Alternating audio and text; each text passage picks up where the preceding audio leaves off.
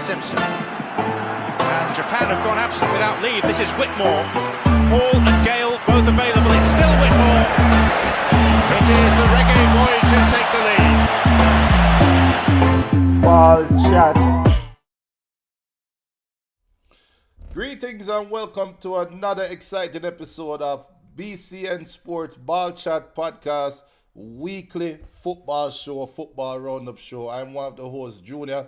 Joined also with me right now is my brother Benton, who's a little bit under the weather, but yo, let me show you something. You see this sport that we call football, and the dedication that we have to the sport that we call football. If only the talented footballers could be as dedicated, just a little ounce of dedication like Benton and like Camon. Boy, imagine how far Jamaica would have been. Eh? Benton, you're sick of it about. What? Manners, evening everyone. I'm only here to not let the show turn to a Manchester United show. It's not about dedication. It's just here. We don't want to hear about no Ebi Martinez transfer. We don't want to hear about Ruben and how him find him Manchester United side at the end. I am only here to make sure that this don't happen, family. So all of the people them who want fear and balance, that's the only reason why I'm here. It's not dedication. So you are openly admitting to bad minding Manchester United then? We can call it whatever you want. We won't turn ball chat into Manchester United Goldbridge 2.0. All right. As long as you openly admit it. But that's okay. People, you don't know it go already, you know. Run in with your ballers and bugs. Ballers being your most impressive footballer of the week. Bugs being your most unimpressive are just flat out bugs of the week. And just come into the chat. Make sure you post it and let us see. Right? And also, give me a sound check. Make sure so everything sounds good on your end while the people are rolling. So, Benton, you don't know our thing go already, you know. And we talk about ballers and bugs, but we also try to keep it in a way that we keep it lively and we keep it going while we talk about the games of the week. And this week's game of the week, it has to be Liverpool versus Arsenal. We did a watch along earlier. Let's start there. As you start talking about your ballers and bugs, surely you have a baller of the week coming out of this game. Yeah, big up to all the audio. You definitely audio coming in clearly. Remember to smash the like button, family. Remember to subscribe to the channel. And tell a friend or an enemy about the show, Ball Chat Weekly. You know what? Two teams, you know, the big two teams in the EPL for the last few seasons are last season, definitely. So, you know, both teams didn't want to give anything, but ultimately, you know, I entered this game thinking that Arsenal had more to demonstrate regarding the moves they made in the offseason, the big money moves, and now they needed to put down a mark against this Liverpool team. But you know what? Ball of the week to Szoboszlai. The man that scored that goal from that parking lot, Dominic Szoboszlai. And that's what champions do. Champions finds a way to win football games and win trophies. And you know, there could be other ballers in this football game. I'm scratching my head. You know, I think defensively both teams played well. You know, we do have some bugs. Merely one bug with the coaching decision over at Arsenal. But we'll get into the meat and potatoes of that. But baller to Szoboszlai for having the cojones and then following through and executing that, because David Raya is not a slouch goalkeeper. He's not Onana. Yeah. So you can't just shoot from anywhere, score upon them money. So ball of the week to Szoboszlai for scoring that goal. And very much so, as Fabi Frada says, keep that photo up as I have the Szoboszlai slide after scoring that magical free kick. My baller, we talk so much about Arsenal being set-piece FC, and we always talk about set-piece coaches, and that seems to be a running theme right now in the Premier League especially. My baller have to go to Liverpool's, if they have a set piece, they must have a set piece coach. But whoever is responsible for organizing them against this Arsenal barrage of corner kicks, because surely Arsenal at one point had like 6 corners or something like that in a game. I think in the first half, I know they have at least 4 corners. And not once did Alisson look troubled. And this is the same big bad Arsenal that continuously terrorizing people, scoring a bag of goals off corners. May I forgive apart from Sabbath, I have to give a ball of the week to whoever prepared Liverpool for this onslaught of corners that Arsenal will come, and that seems to be the only way they can score. But my bug of the week, you kind of hinted towards it. I have to give it to Arteta. Arteta is too damn scared to win anything. Anything. Talk to you kind of hinted towards that, Benton, and I know you're going to talk about the Eze. It has to be Eze. Has to be Eze decision. Why you're questioning Arteta right now?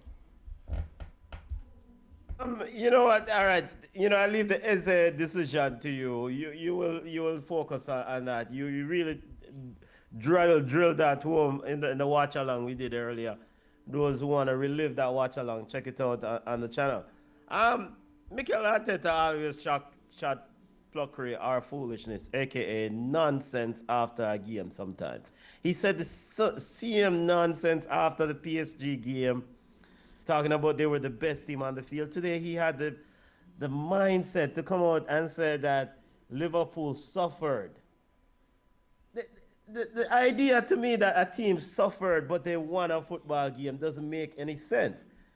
So Mikel Arteta, in our line of work, away from ball chat, in our profession, whatever we do, we don't know, so you as IT space. There are people who lead organizations who get coached in PR.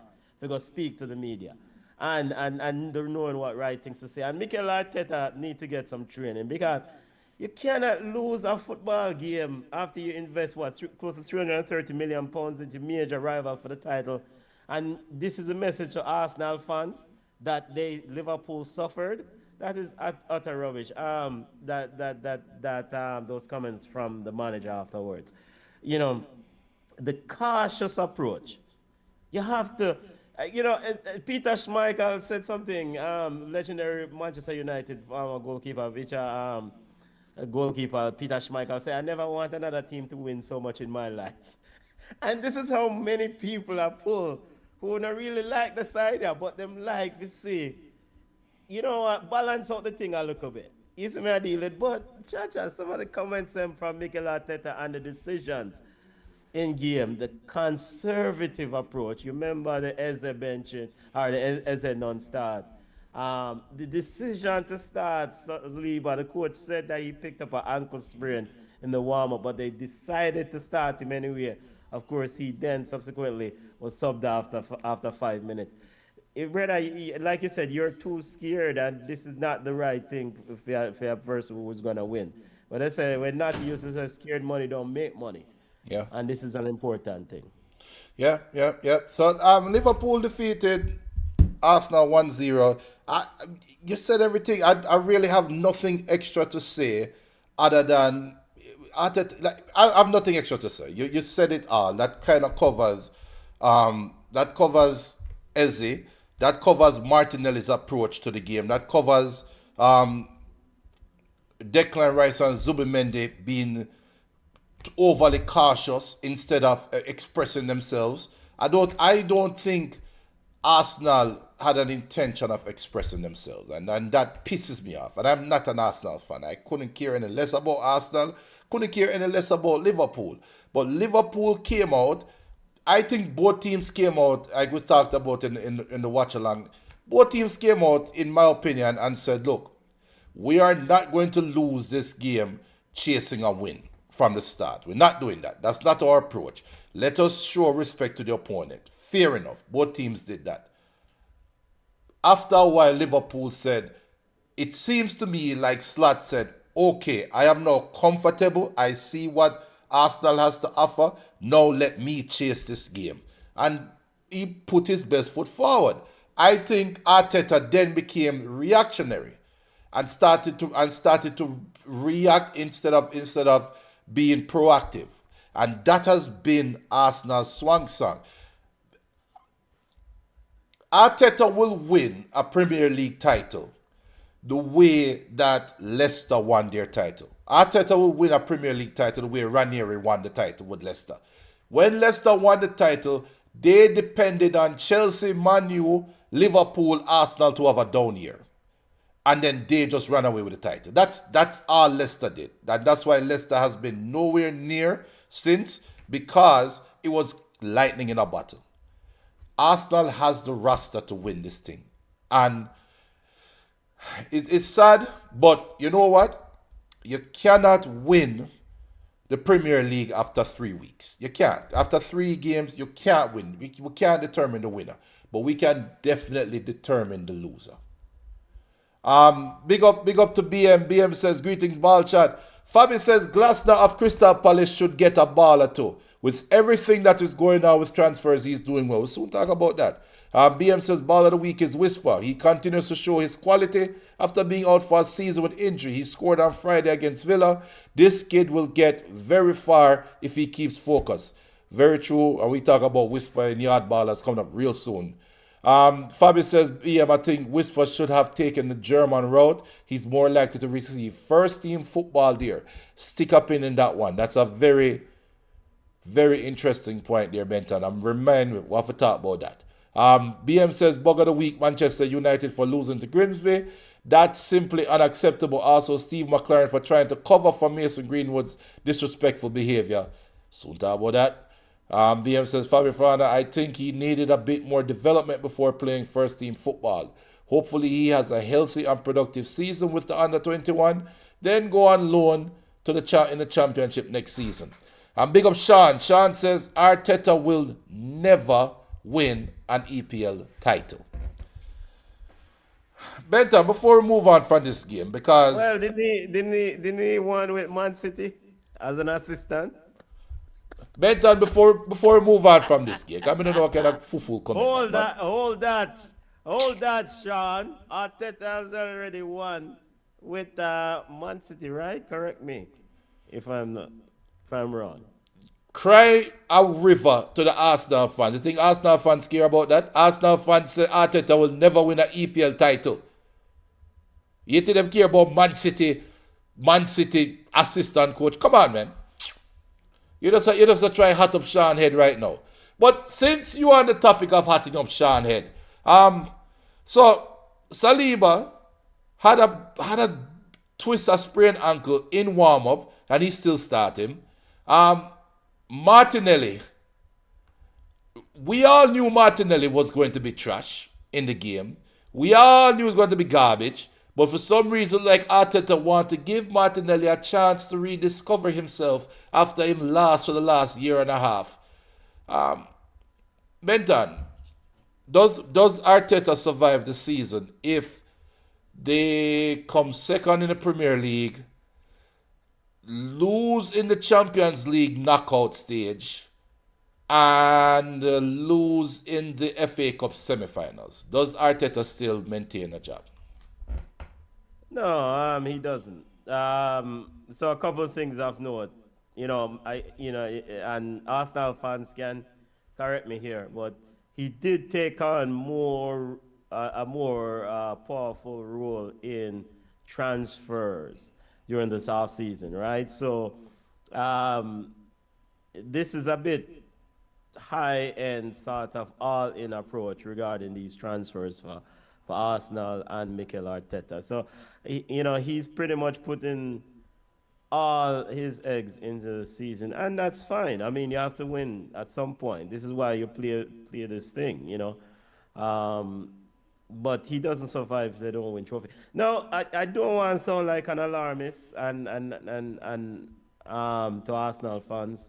But I'm not. It's like you said. It's 3 games. Liverpool will have moments where, in fact, one thing we have to point out is that Liverpool have not figured out how to play together with some of these transfers yet. They have not figured out how to really kind of connect up front with Wirtz, Ekitike, and these and then Isaac when he gets in. So they're still figuring out that, and of course Salah not playing no ball. So Liverpool still have work to do, right? So the important thing is that they are winning games. And I think ultimately Liverpool will have a drop off. Every team go through it. Arsenal, if they want to win the Premier League, they will have to prepare and be ready to pounce or take advantage of that drop off when it does occur, and don't similarly have a drop off at the same time. But And I think for me, Junior, it's just how your transfers are not impactful. Like Gyökeres, I mean, he's making the runs, and we can always debate, say, boy, I'm not getting services, not get the ball or whatever. And that's good. It's good point. But at the same time, I don't see the impact of this player, all right? You know, you have some nines, him come shot them. You know, at Sporting, he was pulling wide and pulling defender and beating people and cutting and a score. So I expected some of that, you know, and yes, it's a different league. We saw Ekitike is pulling wide in other games for Liverpool and going at people and breaking down the defense, you know.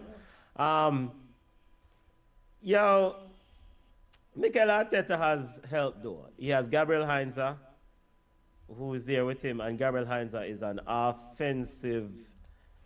I'm not gonna say genius, but he's an offensive. He can be creative offensively with Valles down in Argentina. We saw how his team play down in Argentina. In Atlanta here, Atlanta United, when he coached Atlanta United, we saw how offensively, how Atlanta United was flowing. It just defensively was a problem. No, I say all of that to say this. Arsenal fans, I think Arteta is acknowledging that he needs some help. And with Gabriel Heinze there, he will get the help. And so, you know, let's see if it does translate into results and victories. okay, well, Arsenal fans, as Sean said, if Arteta doesn't win EPL this season, he'll be fired. Sean also said, Benton, that statement is bug of the season. For that statement about Arteta winning EPL at Man City, that's just madness. But there are two things, major things going against Arteta this season. The fact that, like you rightfully highlighted, Arteta has a heavier hand in transfers this season. That's not necessarily a good thing. That is sink or swim for the coach. That is now, you are now being exposed. You can pick your groceries and you now can cook your own meal. You cannot blame anybody else for failure. Having Gabriel Heinze on staff, that is a classic coaching waiting move. Classic coaching waiting move right there.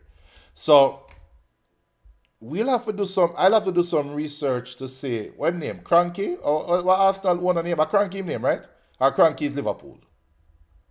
Yeah. Whoever asked, Yeah, whoever, Stan Kroenke. FSG won Liverpool. so we have to do some research with Cranky, Atlanta United, Heinze, America, MLS. There might be something to this coaching waiting move. There might be something there. So we will see. More to forward on that. So I'll put a bow up on that. But you know, But before we put a bow on that, though, it's a different dilemma now, you know, because you potentially could have someone, you could have your replacement breathing down your neck. exactly. Because Gabriel Heinze has coached first team football, Copa Libertadores. Like I said, we saw him here at Atlanta United. He coached Vélez Sarsfield down in Argentina in the Argentinian First League. So you could have your replacements sitting on the bench, you know? Yes. Yes. So it's a different dilemma, and we'll see. Maybe, you know, all we need look of pressure now and again. I think there's something to that. And the camera did pan to Arteta to Heinze today. I think he was talking to Ezzy, I believe, or was he talking to somebody beside Ezzy? But the camera did pan to him. Watch in the coming weeks how the camera might just focus on him a little bit more and we forget about the set piece coach. But speaking about coaching crisis, as I put up a picture of Pep Guardiola, Manchester City lost to Brighton 2-1. Like I said earlier, you cannot win the Premier League in 3 games. You can't, but you can lose the Premier League in 3 games. And I am going to step out on a limb, and I'm going to say this: Man City is done. They are not competing for the title this year. They will finish in the top 4, top 5 because of the aura of Pep Guardiola, but they're done, Benton. Speak to me as if you want to speak to a Manchester City fan and walk me. Are you going to walk me off the ledge, or are you going to push me over the ledge? I don't know which junior to believe, because when they played Wolves that first week, you were very adamant in the WhatsApp group and on ball chat during the halftime show how Man City is back. We told you to wait, but you said no, Man City is back. And now, what is it now? 2 weeks later, Man City now in Premier League? Them What is dead. it? Them dead. This is a dead side. But 3 weeks ago, you were telling us they were back. Yeah, all right. So let me explain why I am sat that far on the ledge. Real quick. Let me explain why I'm that far on the ledge. I looked at the way City finished the season last year, right? Because remember, City had a really crap season last year up until the last month and a half. Remember, there was even a point where we were saying they might not finish in Champions League. Can you imagine Pep in Europa League? Remember, there was a legitimate chance that Aston Villa and Newcastle was going to finish above City, should have finished above City. And then City ran off those set of results, and Aston Villa fell off towards the end. I was thinking to myself, there's no way Pep Guardiola, off season, there's no way. In marriage is back, everything good with his wife. Pep is pissed off, he's motivated, blah, blah, blah. Greatest coach in the world right now, yada, yada, yada, yada, yada. Then couple that with the way they started against Wolves. Me say, oh my God. Only game left is Man City versus Liverpool. That's why I was that high on them at the start of the season. Until Tottenham and Mr. GQ man himself step up and looked at Pep Guardiola and said, look, this isn't 10, 15 years ago. This isn't 10 years ago, Pep. We don't care about tiki-taka football. We are going to play you straight up, chest to chest, face to face, and let's see how your team handle this. And then couple that with today, after Pep and Man City saw what Tottenham did to them, Tottenham basically said, brother, you are Pep Guardiola, but that team is not Pep Guardiola. And we saw Brighton today did the same exact thing. Questions have to be asked about Man City. And this is the Man City that we saw last year, start of the season. This is not the Man City we saw at the end of the season. That is why I am on the ledge. Look, I'm entitled to change my opinion. And my opinion right now is Man City dead. Yeah, you said a lot of nothing there. But remember, so we tell you because we actually pointed out that in that game against Wolves had chances against Man City. Yes. The bottom line is that I don't think Man City is out of the title race. As you said, you don't lose the title in 3 weeks.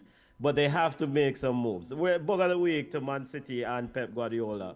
The scouting department and Pep Guardiola, he's heavily involved in player transfers, rightfully so. But sometimes I think, forget this foolishness about inverted fullbacks and all these things. Go get somebody who can play right back and who can defend. Stop trying to put Matheus Nunes or Rico Lewis at right back and try to force them to go inside. It's at it's not working. They are not Kyle Walker, and we dog a lot about Kyle Walker, but Kyle Walker's recovery rate in that Man City's team back in the day, a few years ago, was huge to what they did. They don't have those. Don't have it anymore. And then the other player that they signed, the left back, Ainori. Oh Lord, he's just as bad defensively. So I am just curious to know, like, how are you signing these fullbacks? And nobody now focus on finding anybody who can defend. So if Man City does two things this transfer window, just go out, sign at least a right back. A right back can defend. You don't have Manuel Akanji who can go over there and play right back. You don't have Nathan Ake. Them man, they can't bother with the heap run up and down. Kosanov, no, it's not. Go get yourself a right back who can actually defend. And I think that will then address some of the significant issues with Man City. You are aware the transfer window closes in 24 hours, right? Yeah, but the problem is not this year only. If we had watched problem from last year, so them already know, sir, they need a right back. It's Yeah, but we almost talk. like last Go ahead. year we looked at it. What did they try though? We tried Matheus Nunes, they try Rico Lewis, them try one pitting name must Nick O'Reilly, them try Makati, them try Wapi Kilfilo, them try everybody, all junior them try. And it doesn't work. Go and get a right back who can defend. Yeah, Simple. but Because there's no right back coming in tomorrow. There's none. They have been cold. They have been cold on transfers recently. So there's no transfers coming in from Man City. But and that is failure of the highest order. Unless you're going to tell me that what Kosanov or one of them players are going to play right back, because who you have playing right back is not good enough though. And Yeah, but the teams will live on this thing when they get behind you. We saw last week Tottenham exploited it. We saw the week before Wolves exploited it. Brighton coach made 3 subs. Yes, this morning and turned the game on the head, exploiting down the right and left back position. So, but this the thing though, because I think what we are seeing happening to City right now, they are finally showing effects of the 120 whatever charges that they faced a couple of years ago, that they quote unquote got off from. They didn't get off. We are seeing the remnants of it right now. They cannot be as active in the transfer market. Obviously, I feel they are still suffering from those charges. I have no proof of it. Junior, they signed players. All right, players, not players. Like, all right, they signed Victor Reyes, who's a defender, and they sent him out on loan. Brother, you need a right back. Yeah, but I think that is for that is for not FFP, the whatever thing them doing right now. They have to play with the books. They are still playing with the books. Well, then play with the whatever excuse you want to put on it. The greatest way to offset playing with the books or offset money lost is to win trophies, because winning trophies incorporate new investment, attracts new investment and new earnings. That's true. No, So play with the books and get a right back. true. But this the thing now. So it's twofold for me, and I hinted at this during the watch along. Football has passed Pep by. What I mean by that is this: Rico Lewis playing right back. What Pep is trying to do, he's trying to reinvent that Mascherano at the back three effect that he had that they had on football. The purpose of having an offensive defender is that late run. And big up to Coach Chris Holland, aka Cushion, the best footballer Jamaican footballer I know personally, I've ever seen and play football with, Chris. And he is a coach now, and he looked at me one time and said, Junior, you know what is the most difficult pass to defend? I'm saying, what? He said, a low cutback pass and a cross. That's the hardest pass to defend.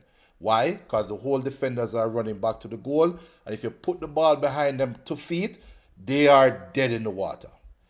Pep Guardiola for years benefited on having a late runner, a person that have control of the ball late in the offensive attack. That's why they used to have 70-something% possession of the ball. They will squeeze you, compress you, and just knock the ball around you and just pass you to death. What we see in football right now is every team is comfortable playing in a 10 yards box. From throw line to throw line, 10 yards of playing field. 10 yards length with field width. Every team is comfortable having 10 players in that 10-yard space. That's why you see most teams playing with high line. We used to kill Unai Emery for playing a high line. You notice the high line is common now. Everybody is comfortable playing in small spaces. Pep used to use that to his advantage. Pep used to love playing against defenders that don't like anybody crunching around them and taking up them space because them have log feet. Right now, every outfield player and every player on a football team have technical skills.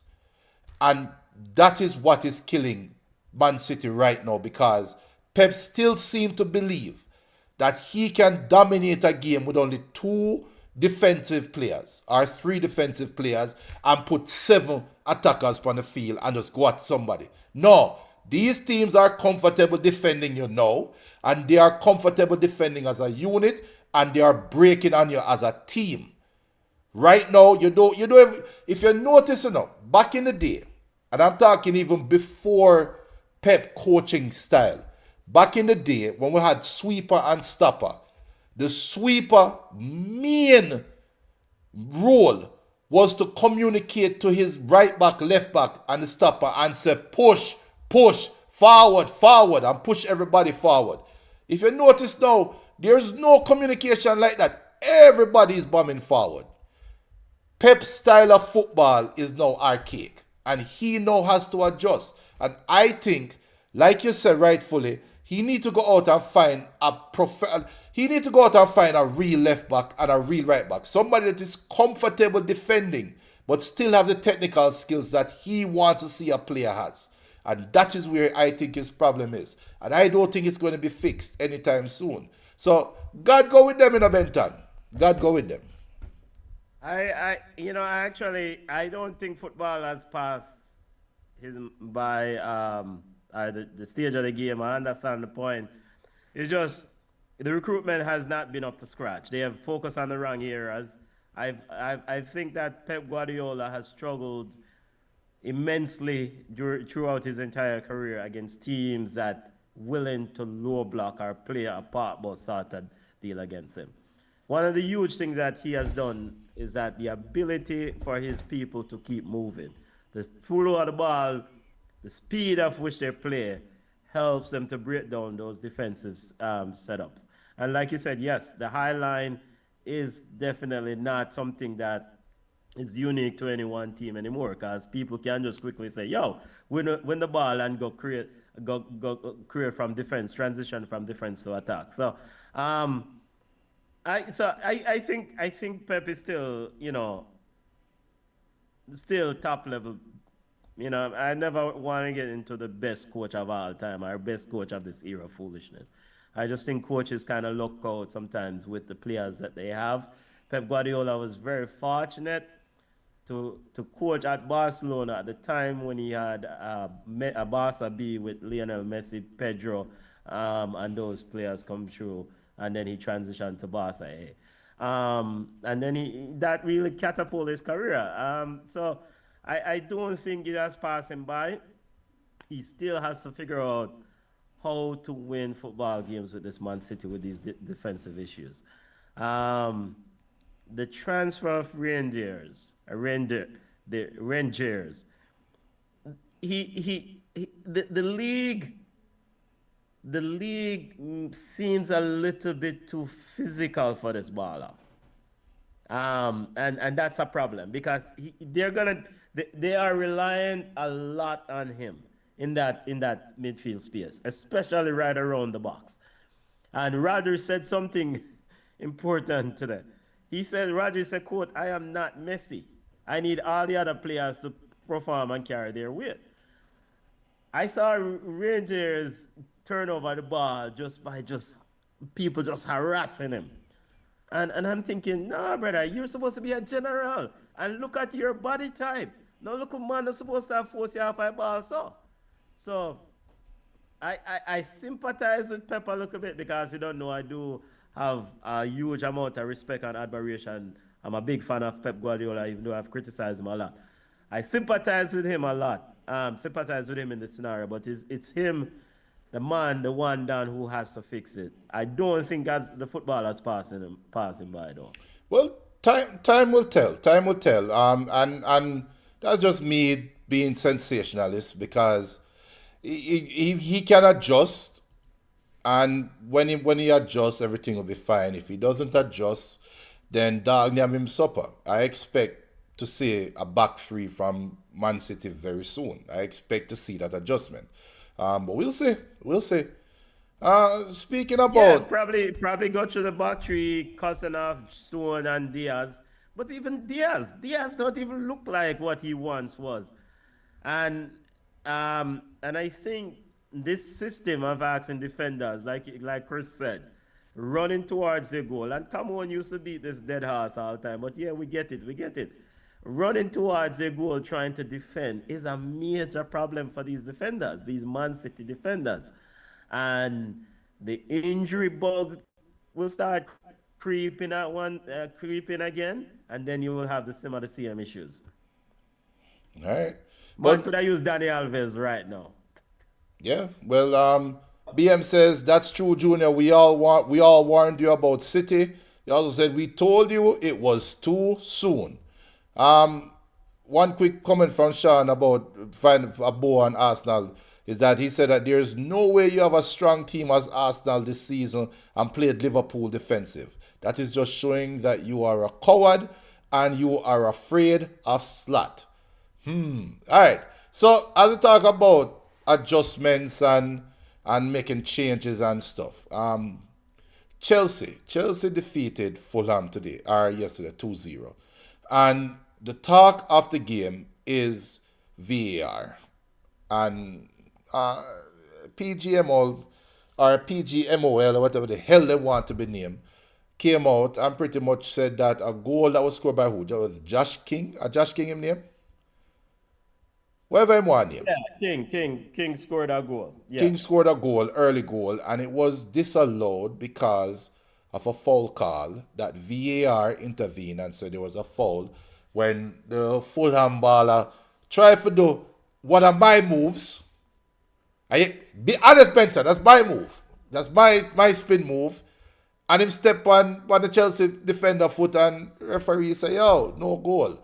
I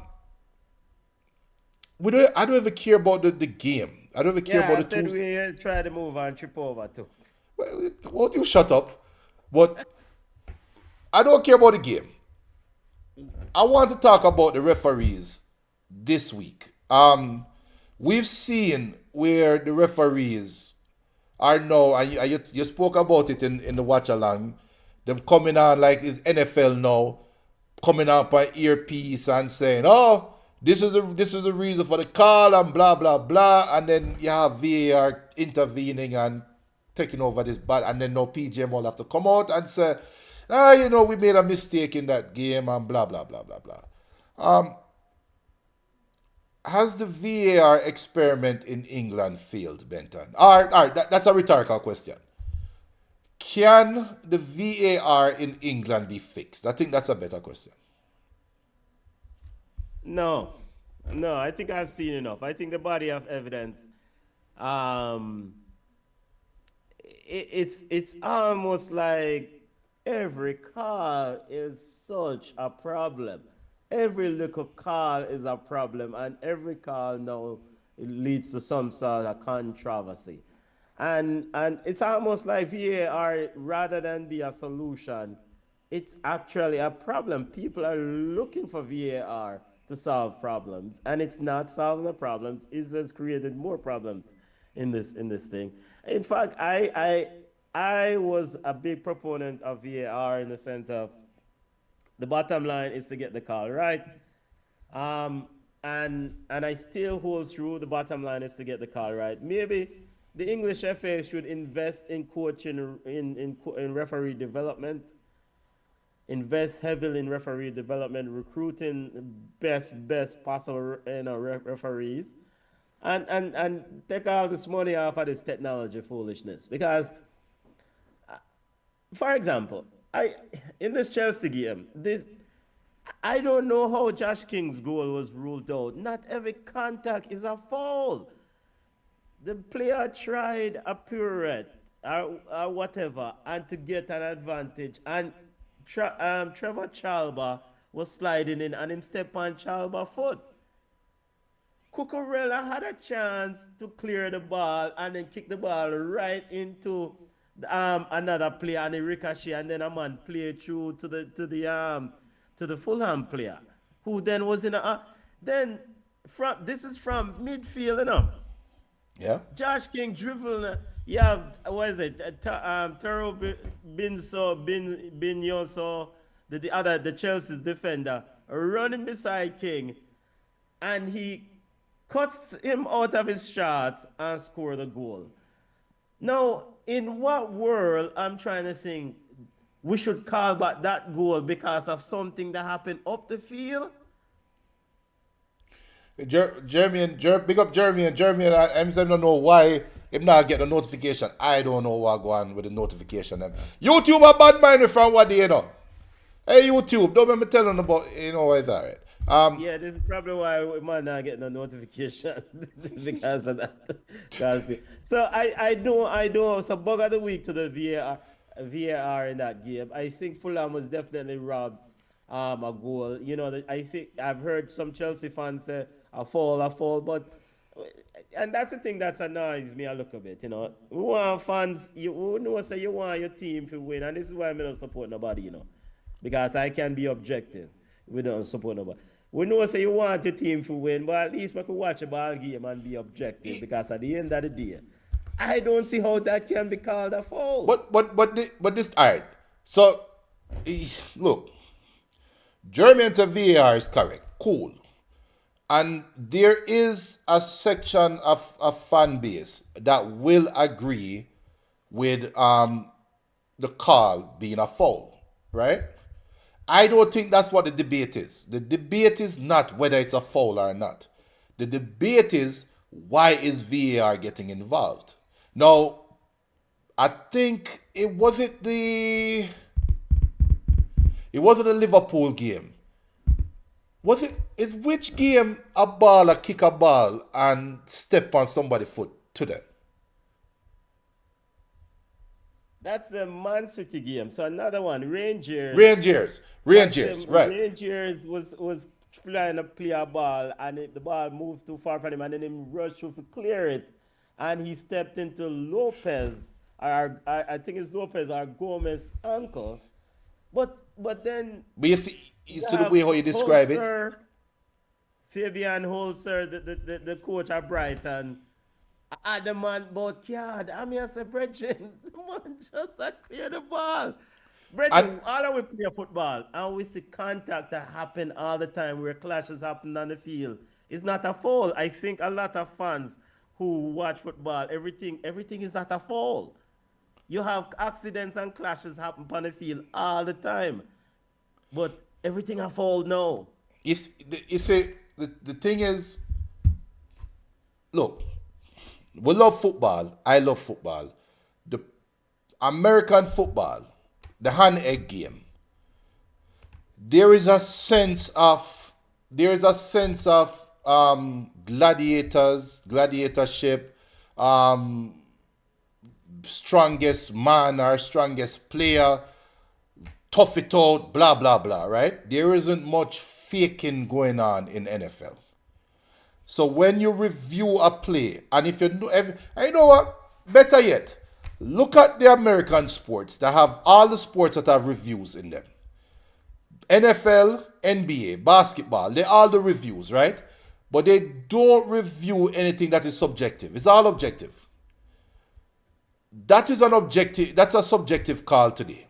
And if there are yesterday, and if there is a moment where you are going to, you as the VAR ref sit down and the referee committee is supposed to sit down and say, look, if there is a play that you know for a fact that 50% of football fans is going to say, this is one call, and the next 50% says it's another call, never bother review it.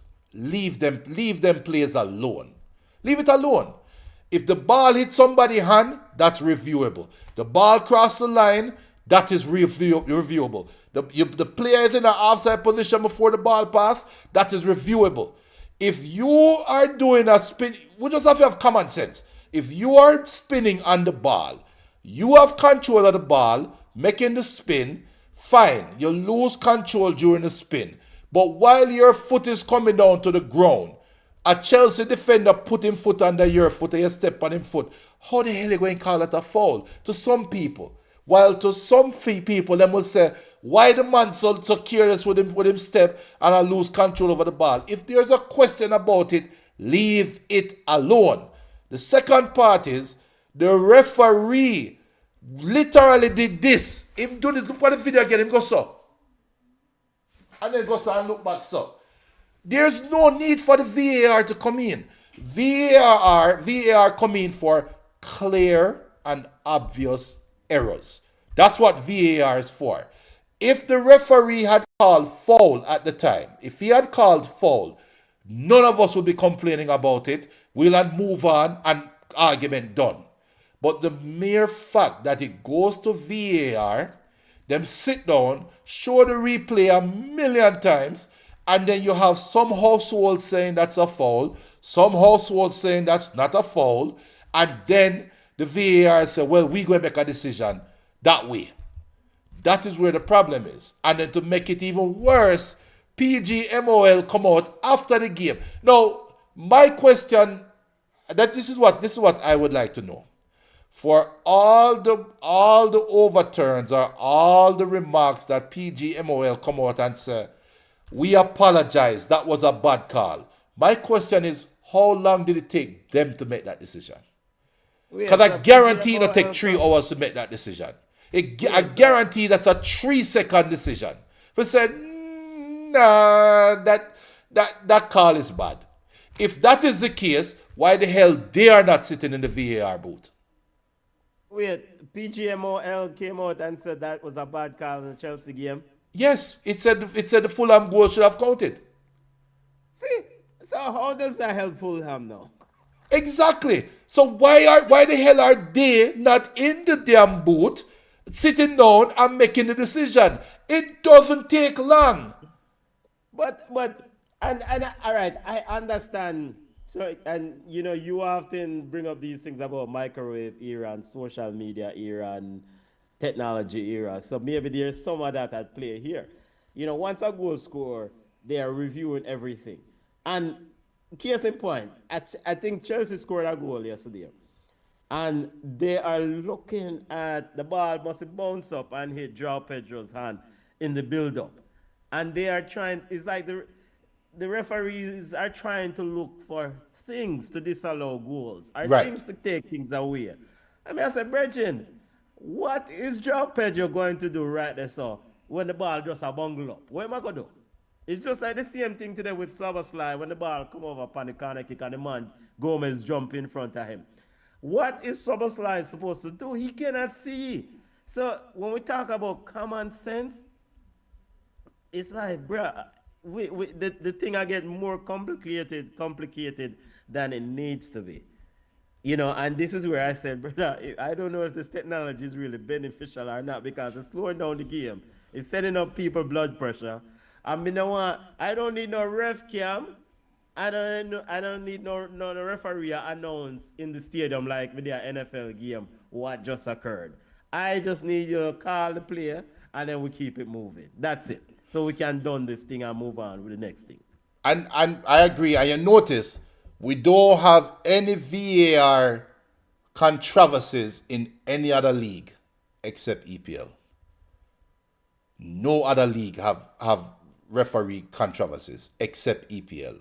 So well, no man, La Liga full of referee controversy. not like this. La Liga we can said them need to hire international referee. In fact, Real Madrid has last season dedicated a video analysts for review and crop up images and video profile for each referee. Benton, they're clutching for straws. It can't even compare. It doesn't compare to England. It doesn't.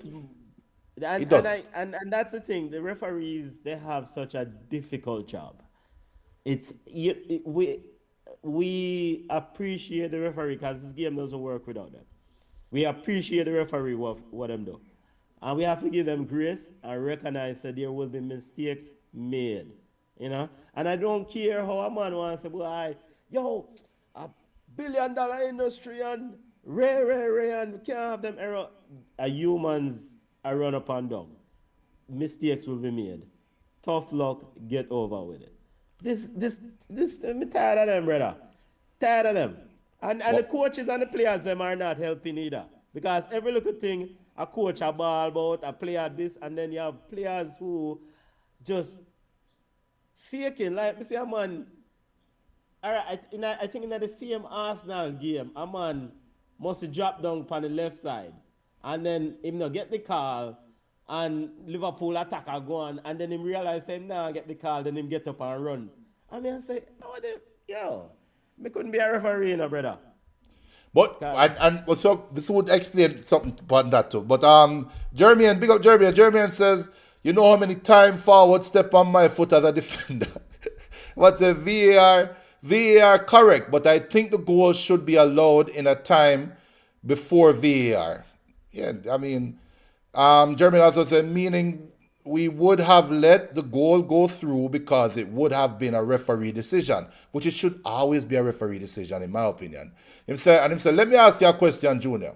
What if him did break Chalobah's foot? Would that change your mind? Hell no. Hell no. He said, like, and then it's a Barcelona match when the man get hit in his head and the ref didn't stop the game is controversial. Yeah, but I mean, yeah, true. And the rule is clear.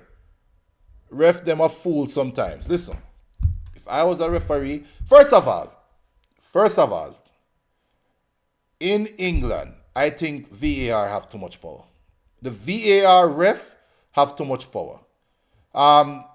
The fourth official, if you notice, the fourth official and the linesman, before we even call, before Title 9 or before what we call them? Not DEI. What a joke something now.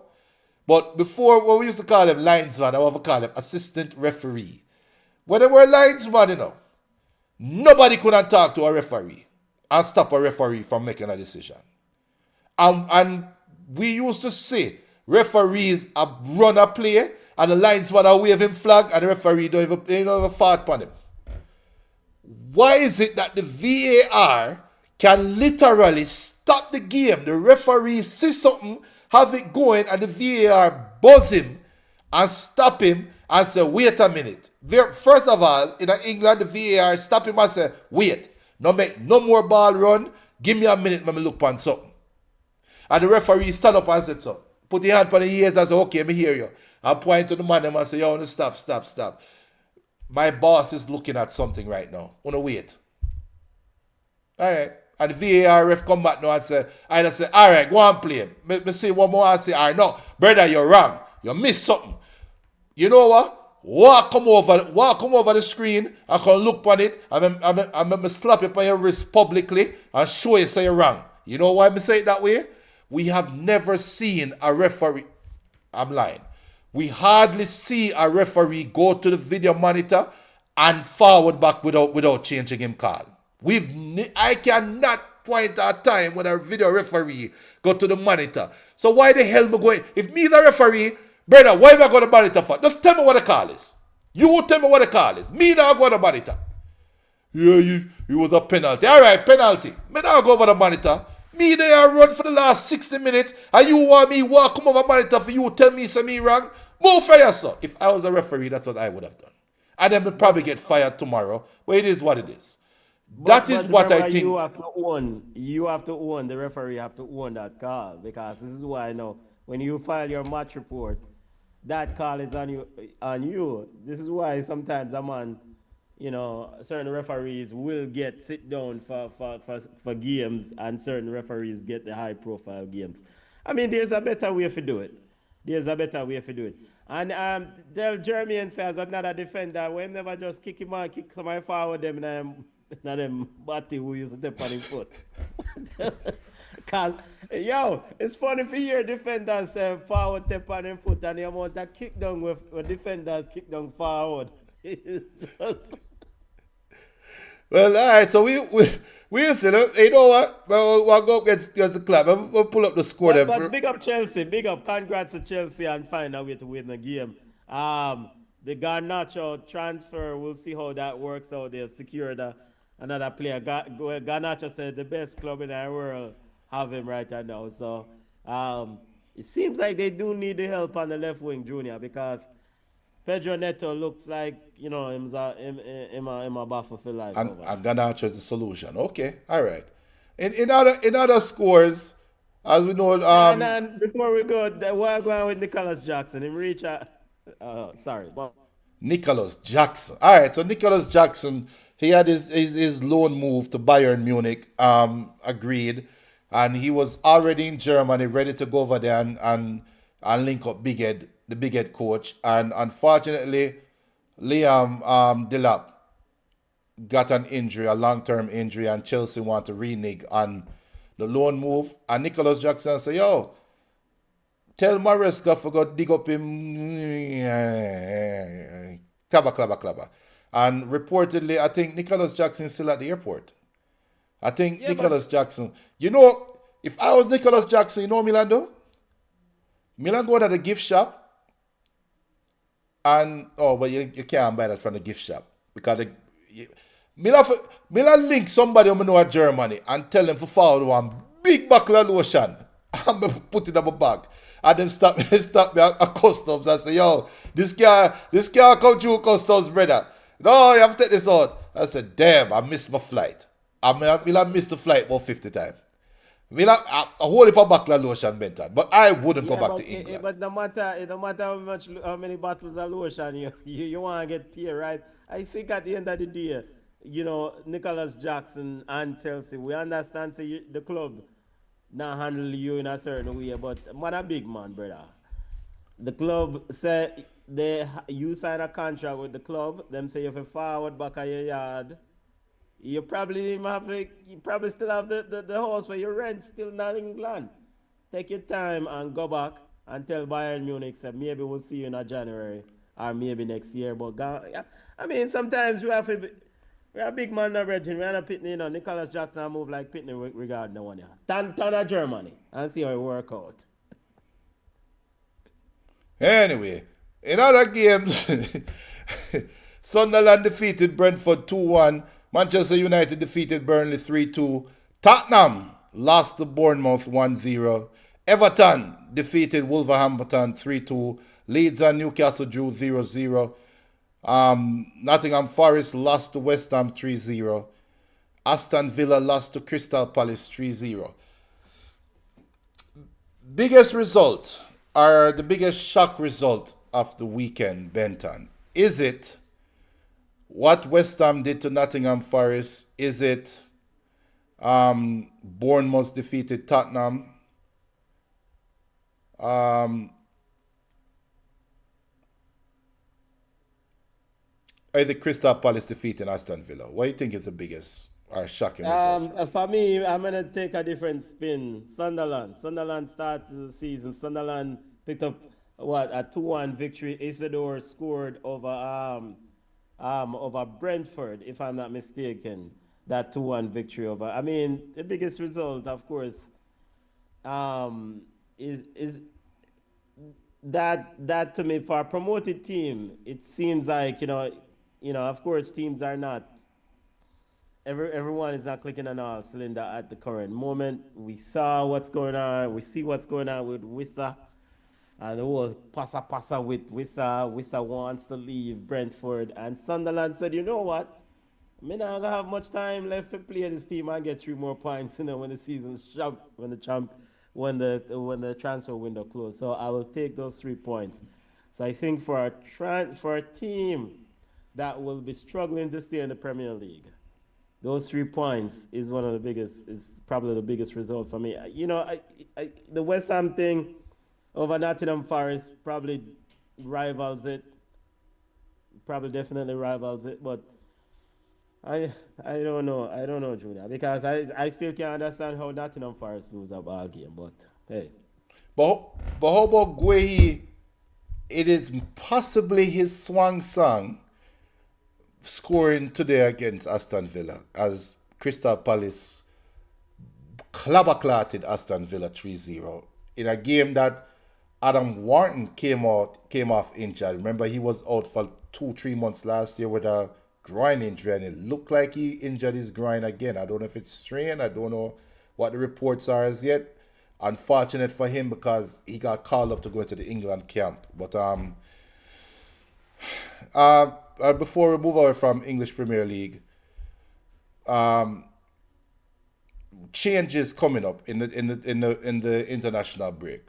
Do you see in the next 24 hours, as the transfer market ends, and when the teams return after the international break, which team you think is going to have a new coach, and which team you think is going to have an impact player, not named Isaac or Guehi?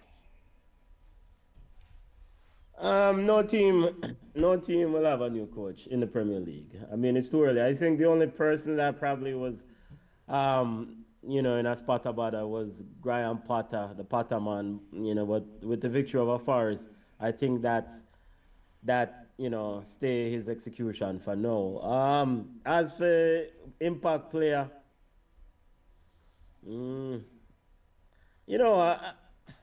this Emi Martinez thing, right? So Manchester United need a goalkeeper, and in fact, Manchester United, if they can somehow fall and get a goalkeeper, a decent goalkeeper, and a holding midfielder between now and then 24 and tomorrow, then that significantly changes Ruben Amorim's outlook for the season. And I'm talking about proper goalkeepers, no shopkeeper. The word is that Dibu is Emi Martinez is available. That would be a significant upgrade. Donnarumma, what will happen to Donnarumma? I thought Trafford did well for Man City today, saved a few chances for them. And also the big question with me with Donnarumma and Man City is like, Pep is hell-bent or wants a player who plays at the ball at his feet. We remember the first season with Joe Hart when he said Joe Hart is not my keeper. And he went and got Claudio Bravo because he needed somebody who play on feet, with the ball at his feet. Now, Donnarumma doesn't do that. So those are the things I am watching at the transfer window right now. Lucas Paqueta, somebody must obey this brother, or his agent must be the worst agent currently working. Big up yourself, Bones, because Bones supposed to be his agent. He would have moved them. This player is too talented a player. It doesn't matter what sort of baggage around Lucas Paqueta to be wasting his time at West Ham. Aston Villa and Unai Emery. Something is going on with Aston Villa and Unai Emery. Ali Watkins look a shell of himself. I have him in my fantasy league, and brother, I want to get rid of him, and I can't get rid of him. He is not good enough. It's a crazy thing. So I'm just excited for Liverpool fans to sleep well tomorrow night, knowing that Isaac deal will be concluded by then. Yeah. So there's a here we go for Edison. Will sign a contract until June 2028 with Fenerbahce with a salary worth up to 10 million per season, including bonuses, in a deal worth 14 million with a 12 million fixed fee. So Edison is leaving Man City. Sorry, regarding the Edison deal, sorry. So I swear, so I say Edison on the bench yesterday in a change of clothes. In his backup gears with a watch on, with like a fancy watch on. I mean, I say, what you want now? The man that will come and play the ball today, him have on him nice watch. He's not really in the ball game thing today. Yep. And he's been so good for that football club. So good.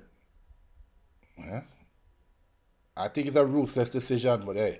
And Jermaine reminding us that Brighton beating Man City is his big result, and Nacho Cheese can go. Talking about Sancho, Aston Villa reportedly is kicking the tires at Sancho. Sancho is a little fussy.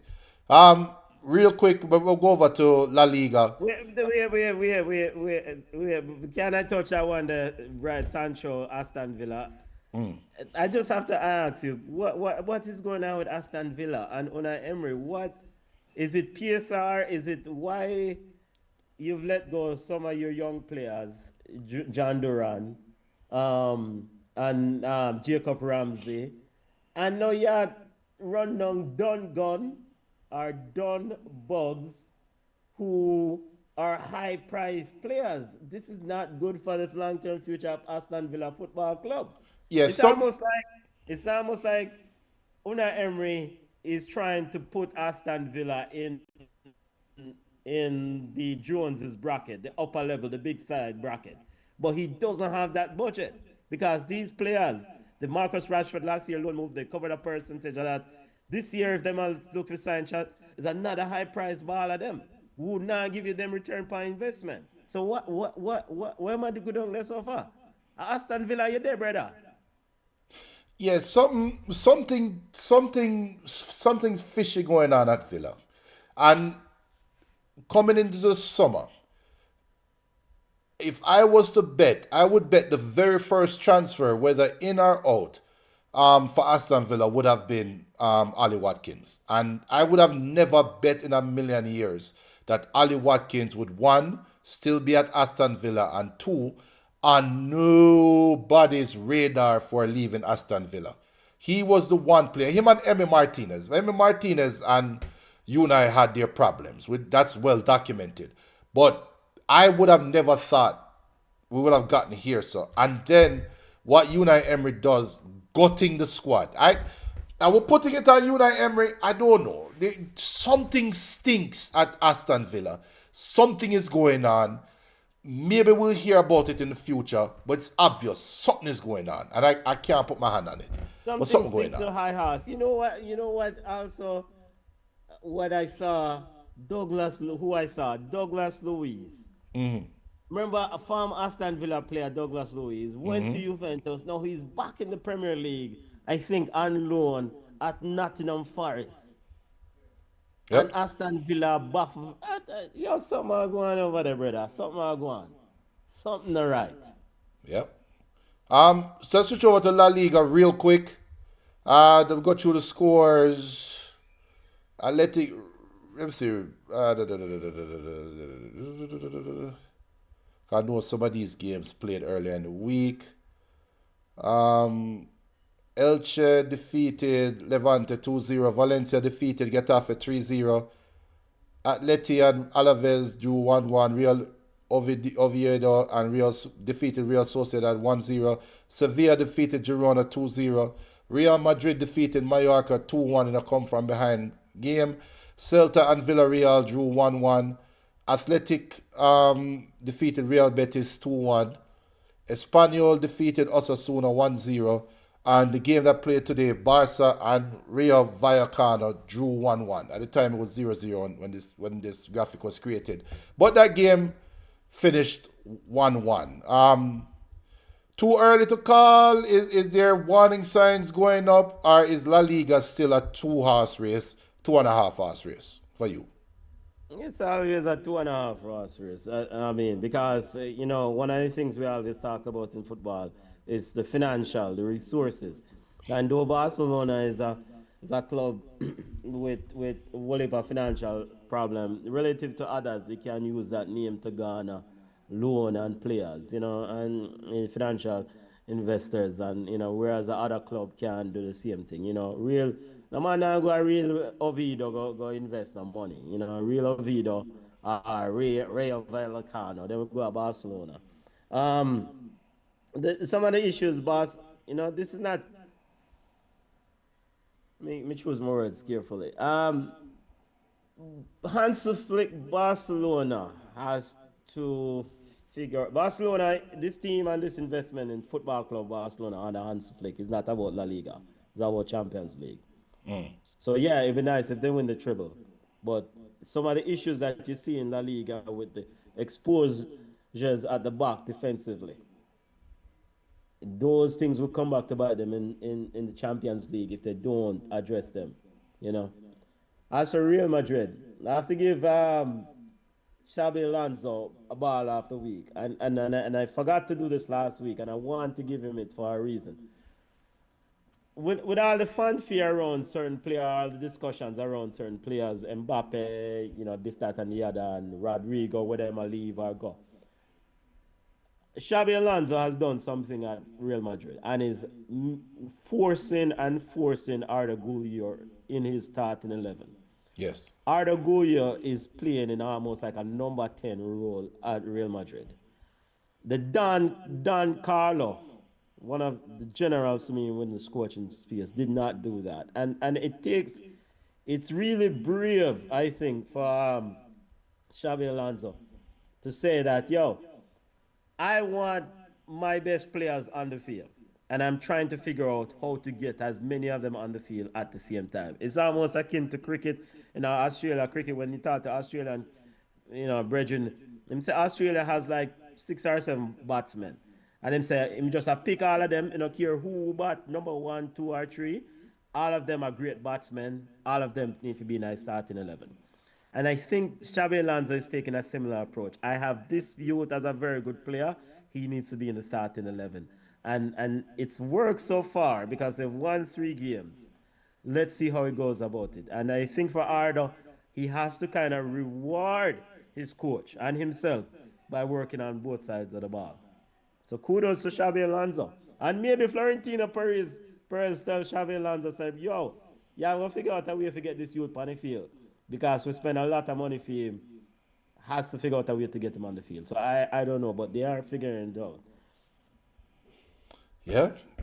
And there's more to come around La Liga, because I think you highlight the thing that I'm going to give Xabi Alonso the credit for is that he came in and he has the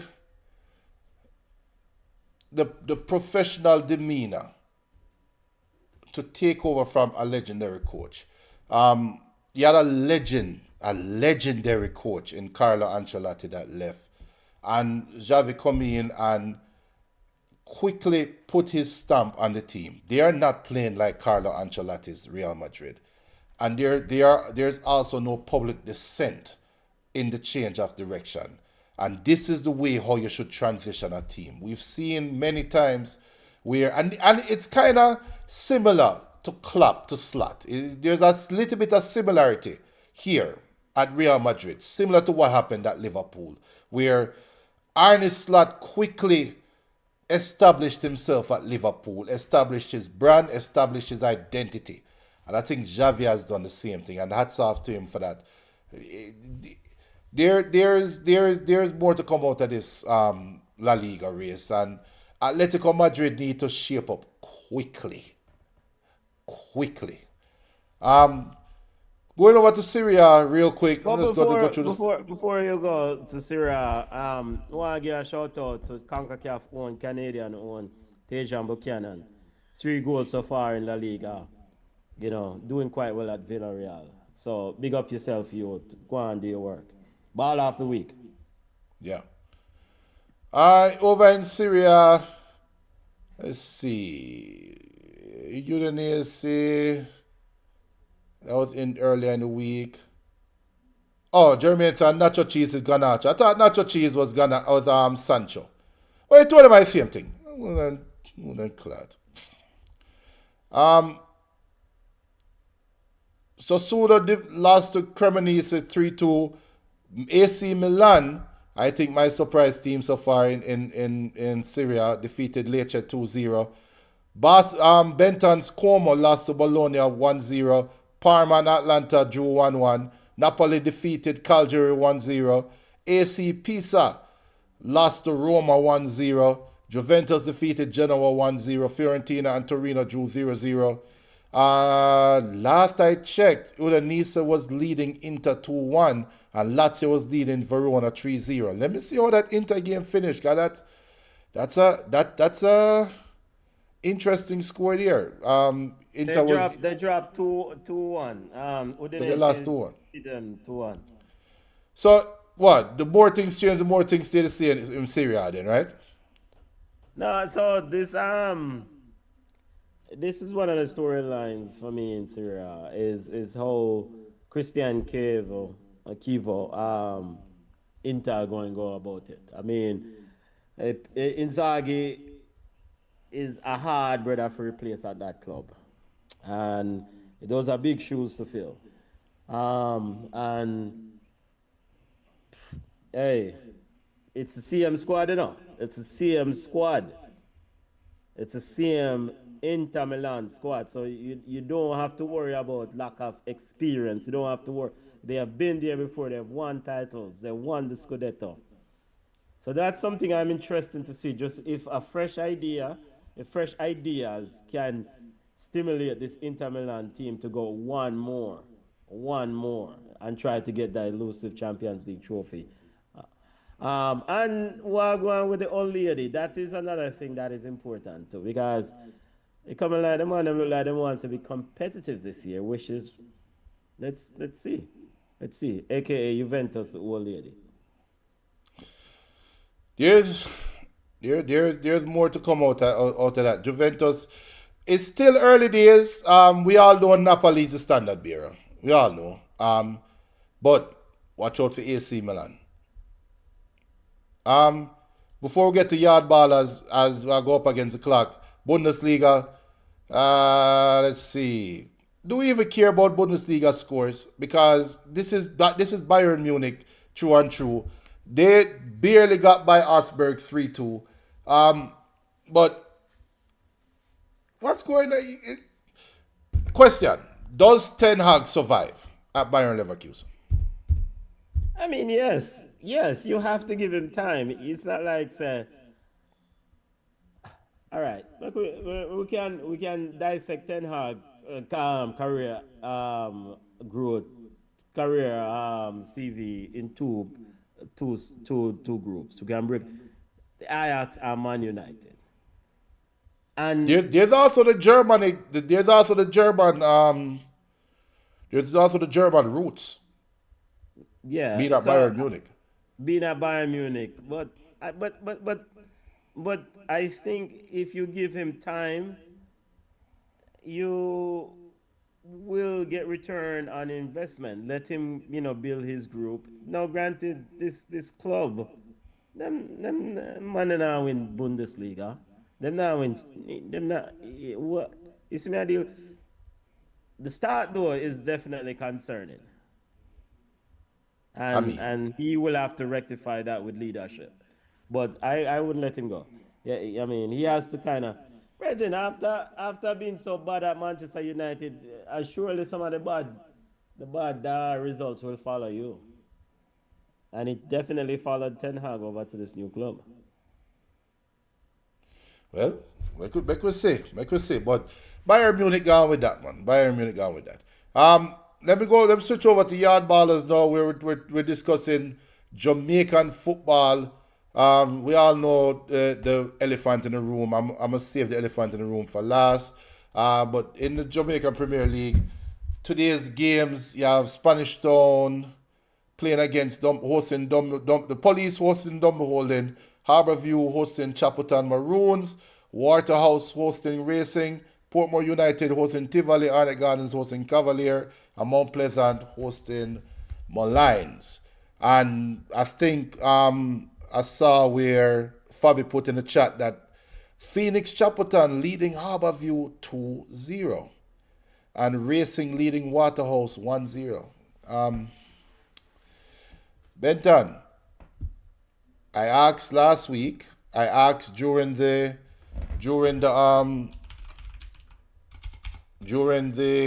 halftime show, is this the year? And with Bullhead at Chapeltown Maroons now on his way to a second victory, is this the year, Benton? This year for the what? Win a title. One thing, man. Come on, brother. I mean, they have a good start. I mean, I think ultimately they won't get relegated, but they will probably. I don't even know if they will make the playoff. And and then they can send a hate mail to me all no one. But I don't know. They have a good start. 2-0 over Harbourview. Harbourview struggled last year. Was on the verge of relegation and fighting out relegation that season. Harbourview has not been good. They started the season last week with a good victory. I think for Chapeltown, Phoenix Chapeltown or Chapeltown Felix or whatever they want to call, good start. Winning games is akin to Sunderland in the Premier League. Win games as the other teams are trying to get settled. That's pretty much it for me. We miss them. Yeah. And did we ever figure out if the JFF did accept the coaching credentials of one Mr. Bradley Stewart for the police side? Because last reports was that he didn't have the requisite credentials to be sitting on the bench, and even though he contested saying that he might have something diploma, them say is not sufficient. I think Rudolph Speed, to be exact, said it's not sufficient. Yeah, and that's a damn good question because I've not seen any update on that report.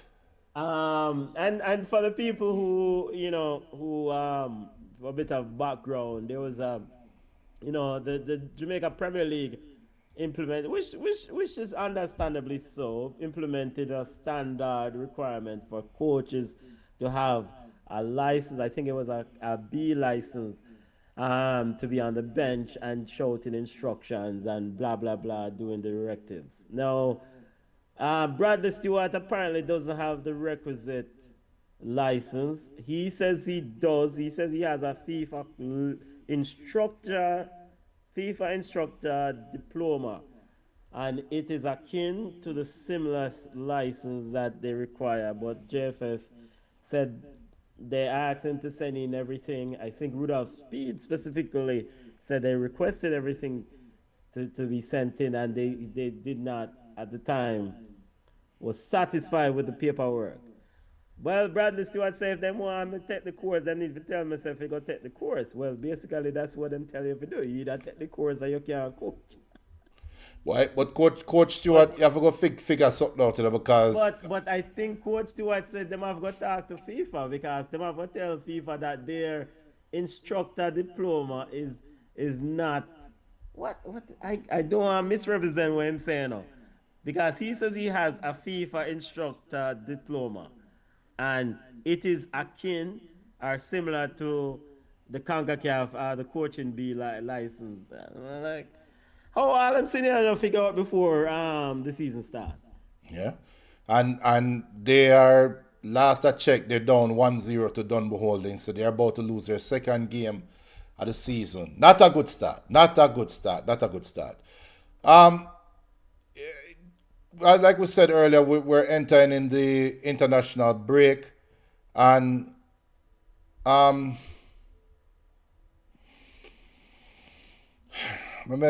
have to take a deep breath on this one, Benton.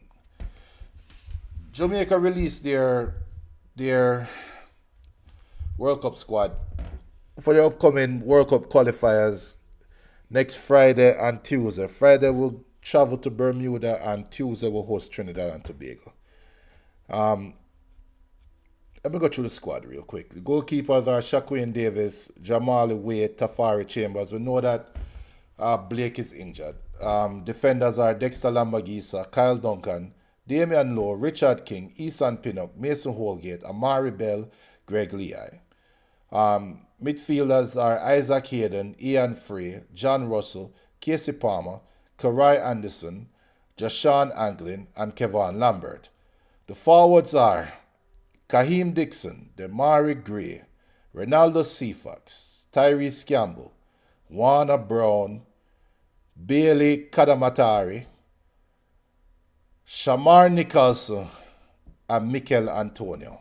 Go ahead, Benton. Give me your reaction. You know, Give me your reaction to this. I in the sense of not being all right. I've kind of gone back and forth on how to approach this thing, and this is where I landed. I landed on the side that them might do the best they can because nobody who have other options would have made the decisions they've made. Now that Be more specific. Who is the specifically nobody? Mikel Antonio. Mikel Antonio is not playing any football, don't know where my play ball is in the squad. The coach says Josh Shane Anglin picked up a niggle. We'll wait to see how this round of Premier League game go, if he's going to be available. Ian Frey, the coach, said he's coming back from an injury, and we have to give him time. Let's see. So we might miss two players. That is what the coach said at the pre-match press conference, to paraphrase Steve McLaren. All right, so I'll say that. I'll give Steve McLaren, Rudolph Speed, and the coaching staff some grace because they might work with what them have. Now, on the flip side of that, may I say, it's your damn fault. You have prepared poorly by not having proper depth chart. So now you have players where they're ready and you are hoping and clutching at straws. The time when I take a bleach, I run down Mason Greenwood, What's so reach us though? who said who turned down the invitation. You could have taken the time to build a proper team. The amount of time when me hear said in a call and I reach out and I no. This is on the coaching staff, the JFF, and maybe they think they don't need to prepare properly because of the group they're in. And that is part of the problem. This feeling that I think that we're in a soup, we are playing against soup, and somebody else also have soup for it too. So we have to watch ourselves. Lack of preparation is a significant concern going into this thing. Well, we're talking about preparation, and you are rightfully calling it out that there is a lack of preparation problem there. That is definitely something to talk about. However, what else could you want to see? How much games? This is not like this is Steve McLaren's first week on the job. He had a whole damn tournament in the World Cup. He had a whole damn couple World Cup qualifiers. Was it World Cup qualifiers? No, World Cup qualifiers. He had a run of games. He had practice games. How much more game you want for see? Is so the squad talented that you need more games to find your best players? Forget about Greenwood. This revolving doors of players coming in and players coming out. Is so much game you want to find your best squad? But I will say my rebuttal to that is this. We saw many games whether it's in World Cup or whether it's leading up to Nations League. We can't remember so many games that them play on the McLaren where we thought some of them money are out and play some of the other man them. Because ultimately this is where you try build. You want to vet your depth. You want to verify and check the group where you have. World Cup qualifier is a war of attrition. Because at the bottom at the bottom line is that when you go a cow corner go play a match and a man tap in a pothole and twist him and go, you want to know that the player who are come behind you can actually give you the same level of efficiency and competence. And Ian Frey, Josh Shane Anglin, this trying to figure out if we are gonna have these players. Why we not have a bigger pool of players where we don't need to rely on if Anglin injured or not? So if you build your depth, then you don't worry about Josh Shane. You say Josh Shane, go and take care of yourself. Next man up. I agree. I agree, and it just feel like they have their preferred set, and if something goes wrong with their preferred set, dog damn them supper. That's when them start run around like chicken with their head cut off. If there's something that goes against their preferred squad, he's like, oh my God, I never even think about an alternative. I never want to think about an alternative, but I want to deal with the alternative. Oh Lord, what are we going to do now? Oh my God. That's the vibe I'm getting from them, which is, it's aggravating. It's very aggravating to me. And I would just love, and I'm not going to pick on a player and say this player not for play and who will not, we're not going to do that. Friday, we reserve that to Friday. Friday me forward with some darts. But for this squad and the seeming revolving door, we should have known what our squad is after the first game of the World Cup. And we should know what our alternates are. It should already be said. Now, if a player is out there and blowing doors off a league, then we'll have a different conversation. But it's not like the players that we're talking about in question are killing their league. We don't even know the criteria for why a player get called. We don't know.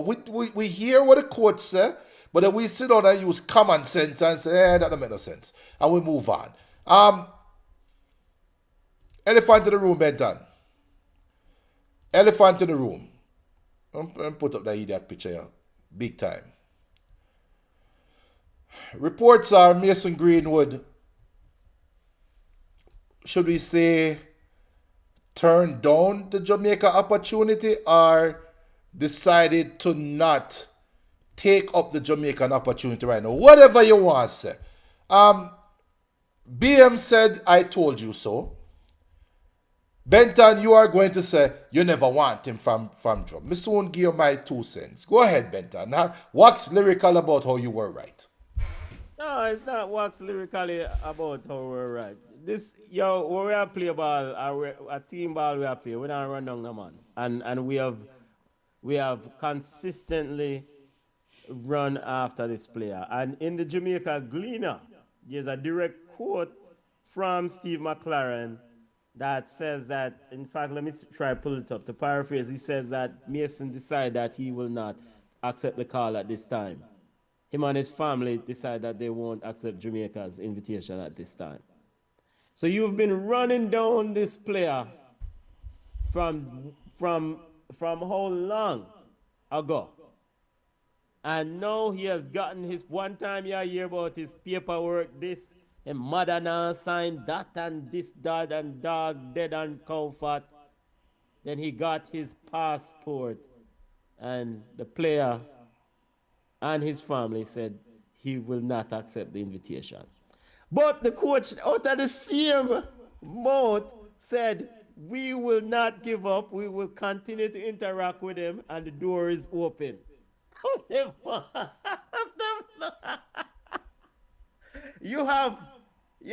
So you're telling me now you have a side, a group of men, or call them a group of women, whoever, and all I want to work for your objective.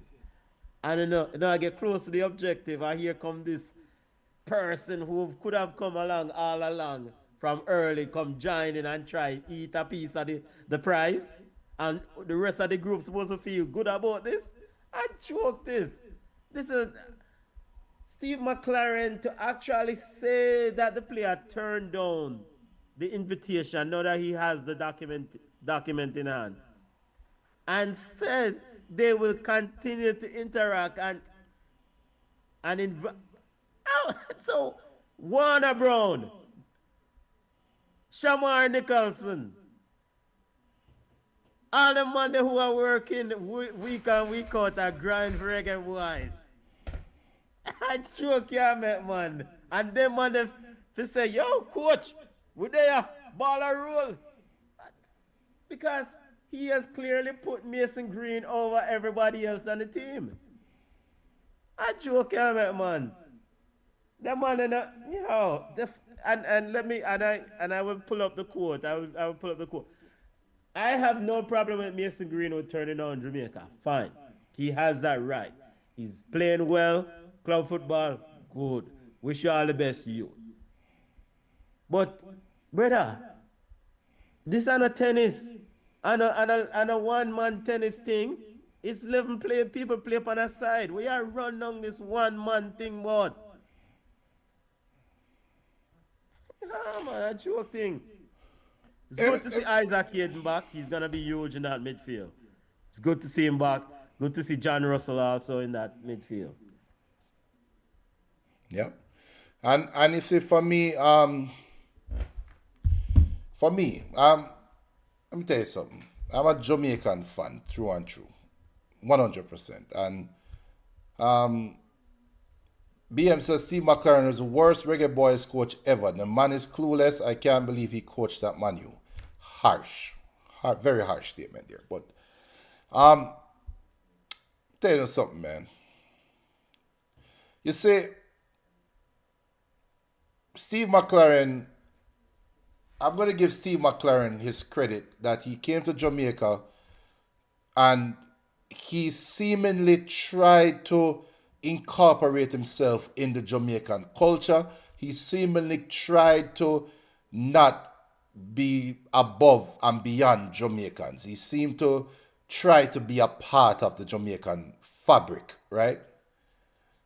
Now, the thing that Steve McLaren probably missed out on a little bit is there are multiple sides to Jamaica. Jamaica is a very dynamic, diverse society, right? And maybe Steve McLaren kind of get too incorporated in the uptown part of Jamaica. We need to carry Steve McLaren go back road.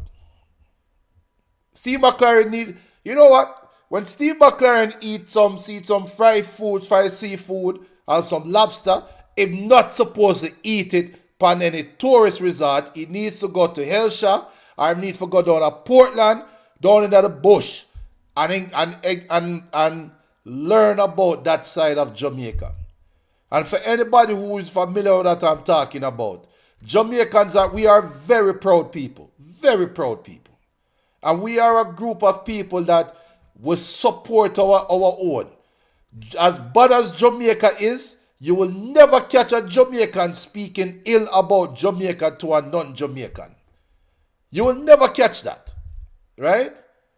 And Steve McLaren did not learn that side of Jamaica. He didn't learn about that pride in Jamaica. You see, Jamaicans, we are the type of people who just give me any woman who you think look good. Mariah Carey can come to Jamaica tomorrow. And a man look at Mariah Carey and say, yo, babes, what going? And Mariah Carey is the prettiest thing you've ever seen in the world. He will say, yo, babes, what going? And if Mariah Carey look at him and cut her eye after him, he will go cuss the dog crap out of Mariah Carey.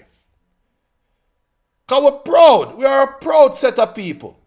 So this little idiot we want to come talk about, like, you know what, come play for jump. Brother, I was the one that sit and ball chat.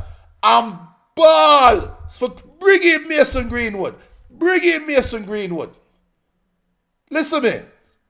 I might have brown skin and I might wear glasses and I have my manicured beard. But I come from town Jamaica. With a big friend. Move and go for yourself. We don't want Mason Greenwood play for Jamaica. Move. I know what to. I apologize to all of my Jamaican empress. Benton warned me. Benton said, don't bring the woman beater to the side. Listen to me. We'll sit with the video man. We'll sit with the video man. The movie man, we'll sit with him. But we don't want a woman beat up on the side. We don't want Mason Greenwood on the side. I don't care what anybody say. Mason Greenwood, we don't want you at Jamaica. Move! Man, piss me off, man.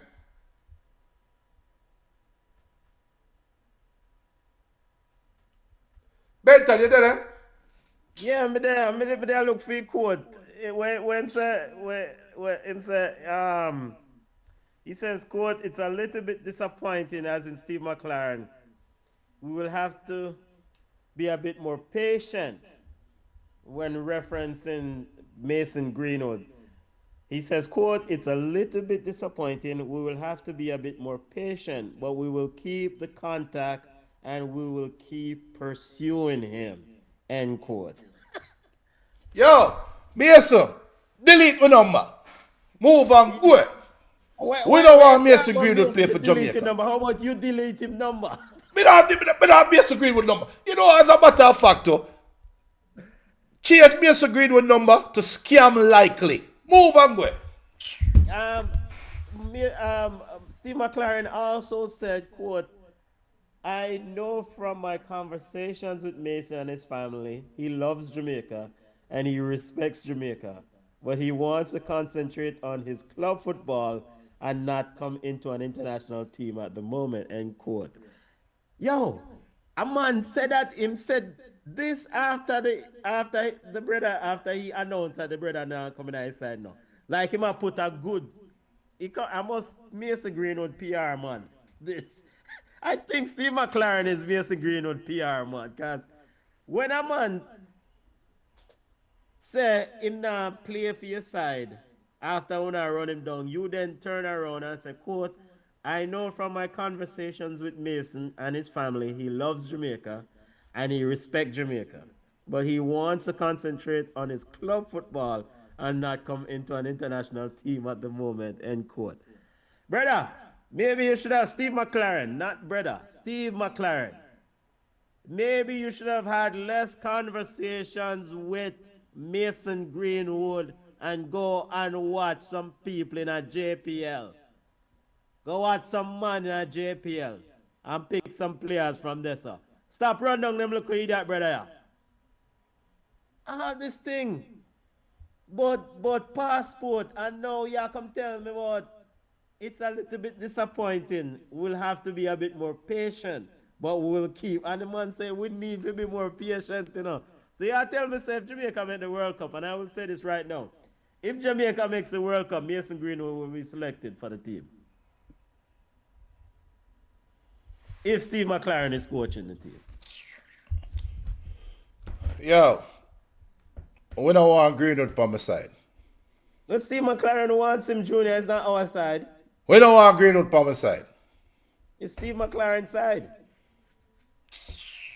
And Rudolph Speed as the assistant coach. I cannot believe in 2025 we are run down, man. We are run down, man. This a brother here, he never come to Jamaica yet. He know which part of Jamaica they on the map. He never go a river yet. Man, piss me off, man. Why yo? And this is why now, because all of the focus should be on this game against Bermuda and then the subsequent game against Trinidad. No, because if I'm a player in that camp, you know, I say, yo, all right, we have a job to do, we are doing business. But at the same time, I want a brown and then when I say, well, yo, what's my motivation if this brother come take my game if soon as him come up? If him decide, what if in the next window Mason Greenwood say, yo, me are forward? After in win couple games. Brother, number change. Forward which No, part? but Junior, but you're saying that, but the coach, Steve McLaren, has emphatically said that he is still pursuing Mason Greenwood. So I him a make a decision, you know. I know we. BM says this is why Jamaican football can't reach anywhere. It's the same way they begged and bowed to Leon Bailey, and that didn't turn out well. Leon Bailey hasn't done crap for Jamaica. Fabi says, give the man some time. Maybe the Sportsmax analyst comment played a factor. No. Nah. Nope. We're not doing that. No, Fabi, we're not doing that. Truth be told, if he comes, he's our best player, and we can't deny that. Leon Bailey is our best. Leon Bailey before Mason Greenwood is our best documented player. And I can argue there isn't much games that he played with a full heart. And it showed. Mason Greenwood, obviously, and everybody's been saying this, so this is not news. Mason Greenwood would only play for Jamaica if he has no other option. Question now is 50% Mason Greenwood better than 100% Kaheem Dixon? Because if your heart not into it, if you have your heart and your mind set on not getting injured, what percentage are you going to play? And will I rather have 100% committed Kaheem Dixon versus a 20% committed Mason Greenwood? That's the question. And we need the answer. Yeah. I don't know, Benton. I don't know. And I disagree with Fab. I think maybe Fab is the one that made the comment. I respectfully disagree, but this is probably the disagreement within the fan base. There will be those who want him, as in Mason Greenwood, and he will have some support there.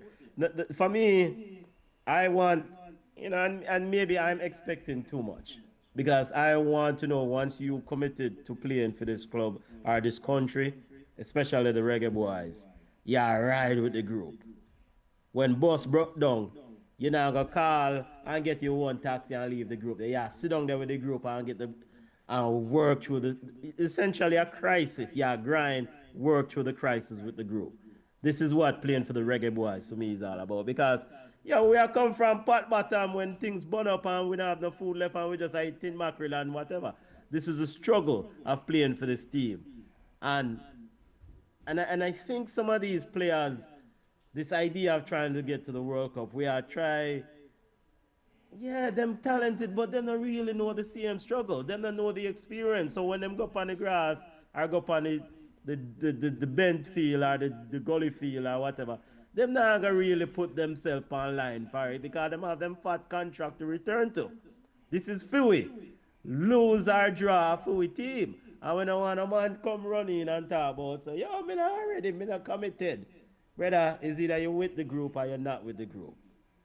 This is why I have to say Boza forward. You play, you keep him, because the man that down in the trenches I know what to do to try to win the ball games. And that's all we can ask of them. I don't Mason Greenwood thing, brother. Move up. Yeah. Fabi says, truth be told, if he comes our best player, he makes us better. And BM says that, Fabi, bro, with all due respect, that's nonsense. Mason Greenwood has no interest in playing for Jamaica. He's just using the country in case we qualify for the World Cup. BM says, why chase a player who isn't interested in playing for the country? Also, his behavior is very disrespectful. Listen, man, I just feel disappointed, man. I just feel, you know what, though? I don't talk about no more Mason Greenwood. Okay, move on. Good. BM says, good point, Benton. I don't mean to single out certain players, but most of the English players look down on Jamaica and will not give 100% for the country. Final thing before we take ourselves. Coming up this week as we enter into the international break, coming up this week is the World Cup Qualifiers for CONCACAF. And we have games here starting on Thursday. Suriname hosts Panama. Guatemala hosts El Salvador on Friday. Bermuda hosts Jamaica at 6 p.m. We'll be doing a watch along. I think that's 7 o'clock or 6 o'clock our time. Either way, we're doing a watch along on that day. Haiti will be hosting Honduras at 8 p.m.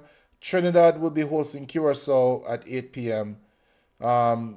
Nicaragua will be hosting Costa Rica at 10 p.m. And then the second match day on the 8th,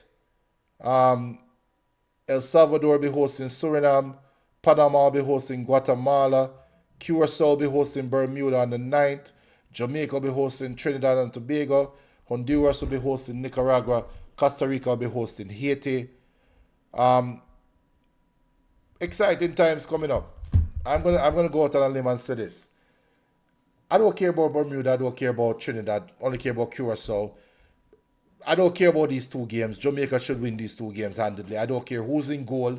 I don't care if Casey Palmer play. From a Jamaica perspective, go out there, take care of business Friday, score early, score often. That is.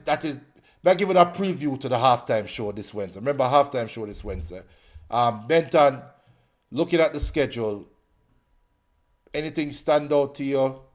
Anything for us to be worried about from a Jamaica perspective? Or you think is running the mill? Yeah, ball game time. This is now the final round of CONCACAF World Cup Qualifiers. I mean, these things are unpredictable. You still have to go forth and execute. This is where you make your money if you want to make it to the World Cup.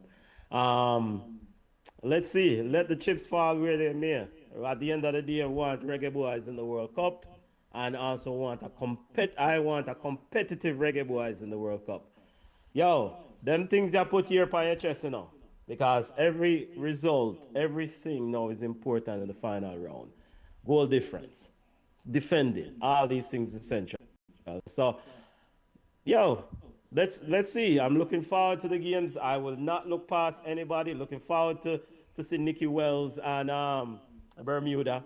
I saw Dwight York at CPL T20 last night. I drink liquor with Brian Lara. I watched tape for the Reggae Boyz. So, looking forward to the games then. Dwight York, of course, is the coach of the Soca Warriors. World Cup qualifiers. I love it.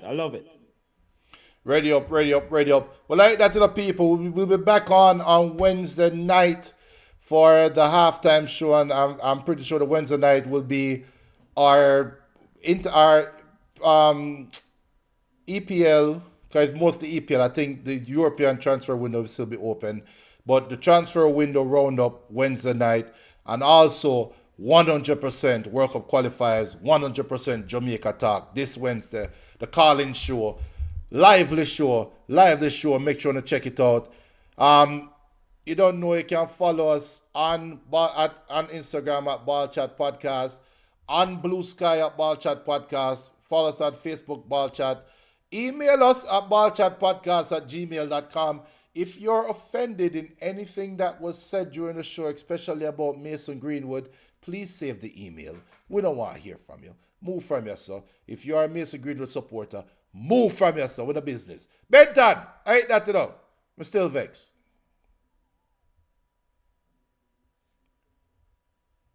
Wait, Benton gone. Acha. I Benton gone. Benton, if you're talking up on mute, you know. Well, Benton said that's it. Him not more to say about Mason Greenwood. God. So people, later, remember, Wednesday night again, right here, 8:30 p.m.